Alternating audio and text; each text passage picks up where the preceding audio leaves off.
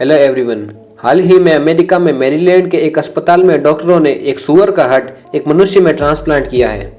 यह आज से पहले कभी नहीं हुआ कि एक जानवर का हार्ट किसी मनुष्य में लगाया गया हो, परंतु डॉक्टर बार्टली ग्राफ्टिन और उनकी टीम ने यह ट्रांसप्लांट सफलतापूर्वक कर दिखाया है। इस ट्रांसप्लांट में एक जेनेटिकली मॉडिफाइड पिग का उपयोग किया गया है, जिसके हार्ट को ह्यूमन में ट्रांसप्लांट किया गया है।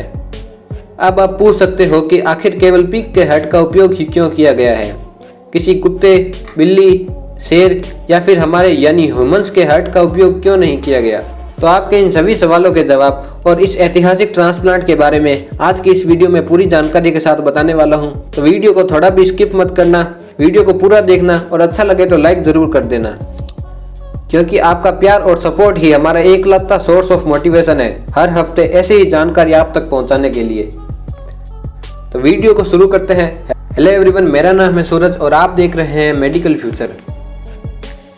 तो वीडियो में आगे बढ़ने से पहले अगर आप 15 to 25 एज ग्रुप में हैं परंतु आपको बुक्स पढ़ना अच्छा नहीं लगता, तो मैं आपको कुछ ऐसी ही सेल्फ डेवलपमेंट से जुड़ी बुक्स सजेस्ट करूंगा जिससे आप अपनी पर्सनैलिटी को इम्प्रूव कर सकते हैं और अपनी बुक्स पढ़ने की हैबिट को भी बना सकते हैं। तो मैंने 3 बुक्स को अपनी इस टॉप लिस्ट में रखा है। घबराइएगा मत, यहाँ कोई स्पॉन्सर्ड वीडियो नहीं है। उन तीनों बुक्स की लिंक आपको डिस्क्रिप्शन में मिल जाएगी, वहां से आप इनको चेकआउट कर सकते हैं और चाहे तो बुक समरी भी पढ़ सकते हैं और वहीं से सीधा आप इसको ऑर्डर भी कर सकते हैं। आपको इन तीनों की बुक्स की पीडीएफ भी मिल जाएगी जो हमारे टेलीग्राम चैनल पर उपलब्ध है, लिंक डिस्क्रिप्शन में दिया गया है। इससे आप अपनी पर्सनैलिटी को इम्प्रूव कर सकते हैं और बुक पढ़ने की हैबिट को ग्रो भी कर सकते हैं। इस ट्रांसप्लांट सर्जरी में डॉक्टरों ने कुत्ते, बिल्ली या शेर के अलावा केवल पिग को इसलिए चुना क्योंकि एक 60 किलो के पिग की बॉडी का स्ट्रक्चर एकदम मनुष्य के समान होता है। यह समानता उसके शरीर की फैट डिस्ट्रीब्यूशन और उसके अंगों के आकार व आकृति के साथ कई मायनों में होता। सूअर का उपयोग ट्रांजिशनल रिसर्च मॉडल यानी मनुष्य की बजाय सूअरों पर रिसर्च के रूप में करीब 30 सालों से किया जा रहा है। इसीलिए अन्य जानवरों की तुलना में पिग से हार्ट ट्रांसप्लांट किया गया। ह्यूमन से ह्यूमन में भी हार्ट ट्रांसप्लांट किया जा सकता है, परंतु आज के समय में ह्यूमन हार्ट का मिलना आसान नहीं है।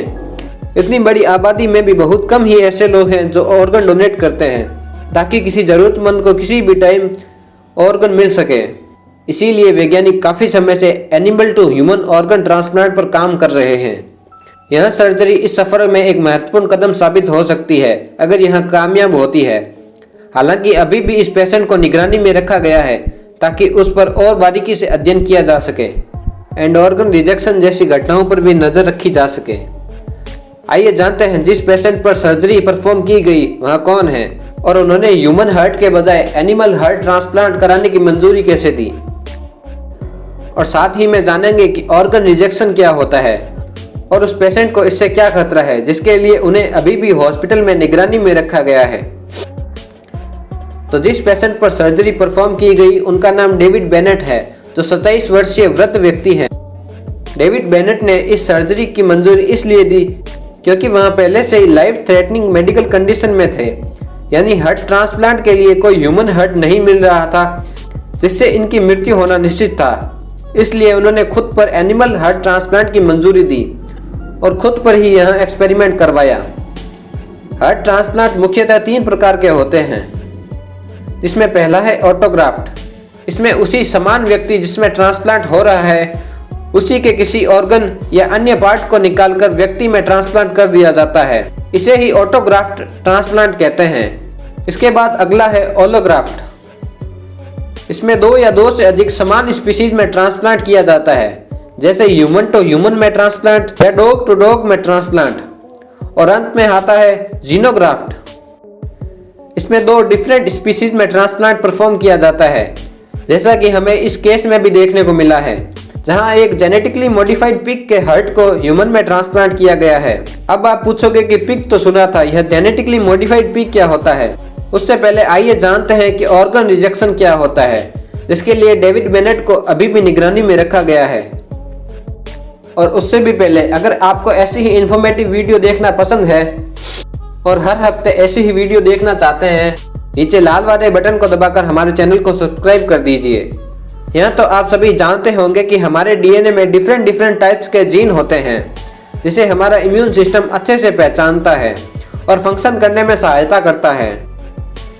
परंतु जब अदर स्पीशीज के ऑर्गन को ह्यूमन में ट्रांसप्लांट किया जाता है, यानी जीनोग्राफ्ट ट्रांसप्लांट किया जाता है, तो हमारा इम्यून सिस्टम इसका विरोध करता है, क्योंकि वह यह जानता है कि यह ऑर्गन हमारे शरीर का हिस्सा नहीं है और उस ऑर्गन में डिफरेंट टाइप के जीन और डीएनए होते हैं जो हमारे इम्यून सिस्टम के साथ कॉम्पेटिबल नहीं होते हैं, जिसके कारण हमारे इम्यून सिस्टम उसे हमारे शरीर में सही से फंक्शन करने नहीं देता है, उसे एनिमी समझकर डिस्ट्रॉय करने का प्रयास करता है।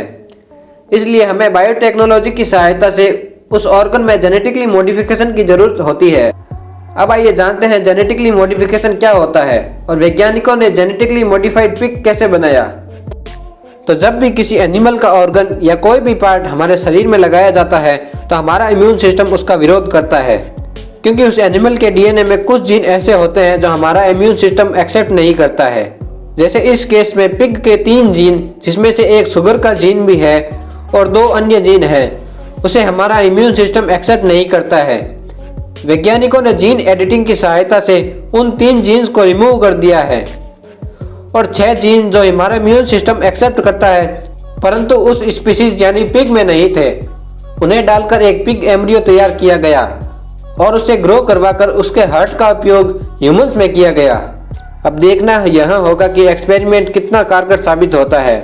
हालांकि मेडिकल साइंस में इस तरह के एक्सपेरिमेंट कई दशकों से चल रहे हैं। इसमें कुछ ही दशकों पहले 1984 में एक बेबी फिग जो मरने की कगार पर थी, उसमें एक बेबून का हार्ट ट्रांसप्लांट किया गया था, परंतु वह 21 दिनों तक ही जीवित रह पाई।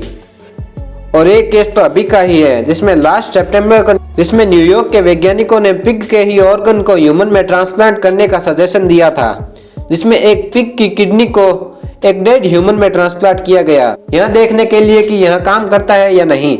और वह किडनी कुछ दिनों तक उस ह्यूमन में काम करती रही और हाल ही में इस एनिमल हार्ट के ट्रांसप्लांट को परफॉर्म किया गया। अगर यह ट्रांसप्लांट सक्सेसफुल हो जाता है तो यह मेडिकल साइंस की फील्ड में एक रिवॉल्यूशन ला देगा।